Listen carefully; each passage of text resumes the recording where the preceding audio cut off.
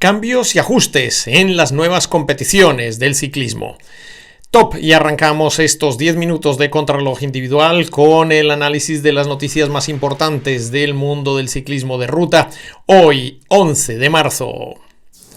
Y arrancamos precisamente analizando los cambios que se han presentado en ejemplo la etapa número 3 de la París-Niza, una contrarreloj individual en la que los tiempos se medían por cada uno de los corredores que llegaba a la línea de meta. Unos cambios que se han visto también en las carreras como la Tirreno Adriático, con ese giro que se hace, ese circuito final en las etapas que empieza a convertirse ya en una tradición en las diferentes competiciones que se organizan a lo largo de esta temporada. Vamos a ver esos cambios, qué implicaciones tienen y cómo podrían afectar el futuro del ciclismo.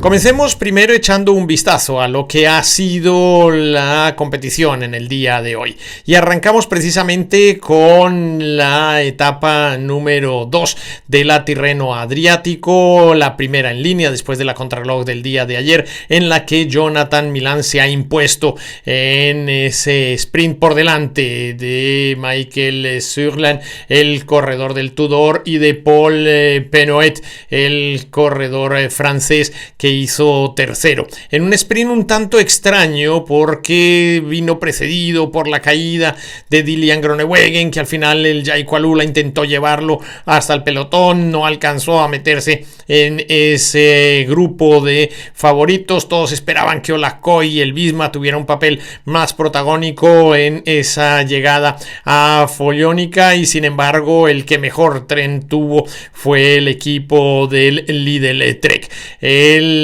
primer paso por la línea de meta ya había sido absorbida la escapada, donde Emanuele Tazzotti estuvo casi 115 kilómetros escapado. Luego se unieron dos corredores del Polti y al final, a falta de 18 kilómetros en ese primer paso por la línea de meta de Follonica, ya había sido absorbida la escapada en el pelotón. Se empezó a partir de ahí a trabajar con mucha velocidad, se produjeron varias caídas, la retirada de Gaudu, que luego hablaremos de la situación que está teniendo él de enfrentamiento con Brunel, el corredor francés que se impuso en el trofeo Montserrat, pero Gaudu se vio obligado a retirarse precisamente por una caída y posteriormente otra caída en la que Valgren y Groenewegen se vieron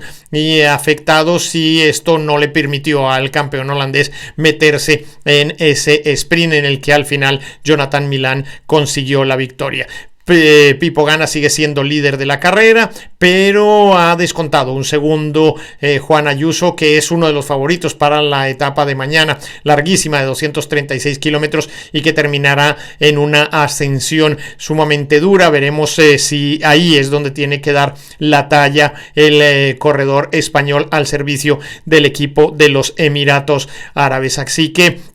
esto es uno de los primeros elementos que tenemos para reseñarles. Se ha convertido ya en tradición el hecho de que las carreras hagan un circuito final cerca de la línea de meta con ese doble paso. Lo hemos visto en la París-Niza ayer y lo hemos vuelto a ver en la Tirreno Adriático en el día de hoy. Pasamos ahora a mirar precisamente lo que fue la contrarreloj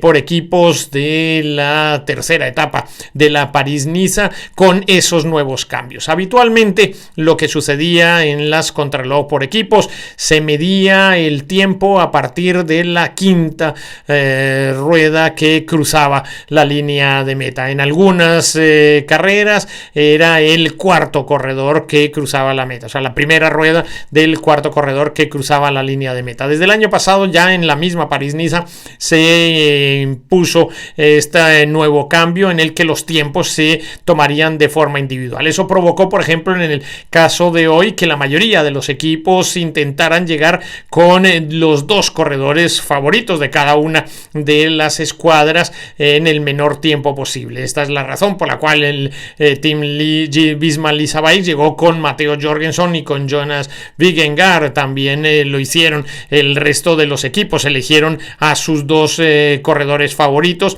y fueron estos los que dieron el impulso final. Esto terminó, digamos, pasándole factura a un equipo como el equipo de los Emiratos. Sí, previsiblemente esta nueva política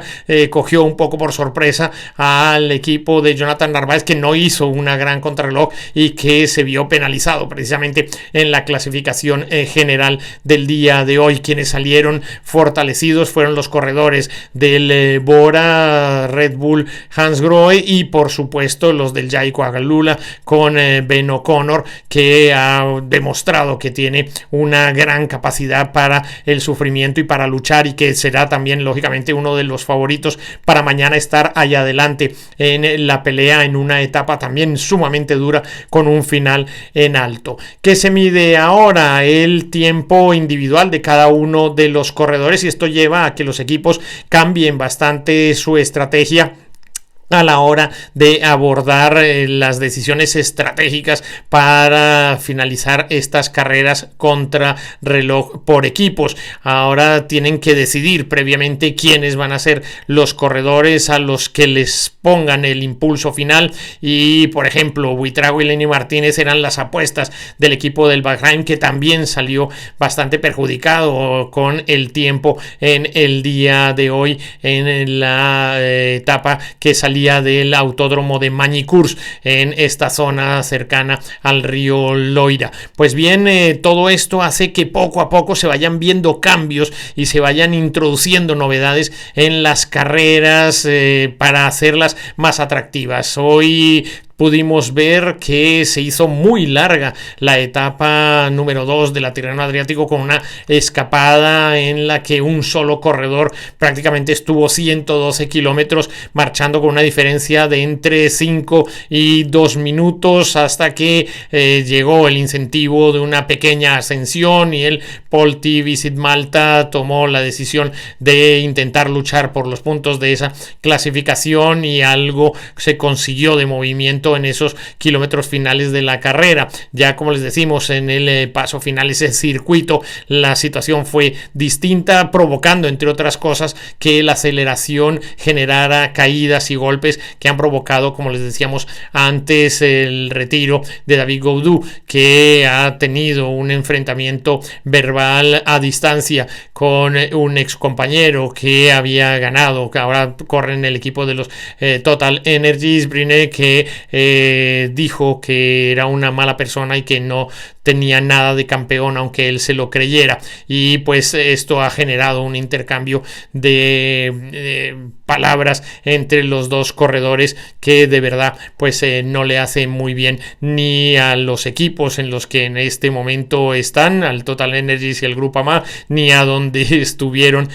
corriendo los dos ciclistas, y por supuesto tampoco al mundo del deporte. Otra de las noticias importantes es que precisamente el Total Energies podría quedarse sin patrocinio el año que viene, porque se ha especulado con la posibilidad de que ya este año o a comienzos del 2026 el Total Energies empiece a patrocinar al actual Ineos. Esto dejaría a la estructura que actualmente lleva este nombre, la estructura del Vendée, pues sin patrocinador, y tendrían que buscar pues nuevamente un sponsor, una marca que apoyara a este equipo en el que pues han militado corredores, por ejemplo, como Peter Sagan. Todo esto dentro de los cambios de estructuras que se han venido presentando en las últimas semanas. Recordemos el anuncio que hizo también el Rabobank de entrar nuevamente a patrocinar el equipo del Visma Leasabay a partir del Tour de Francia. Es decir, que todos estos cambios en las estructuras de soporte, de apoyo y de patrocinio hacen que haya también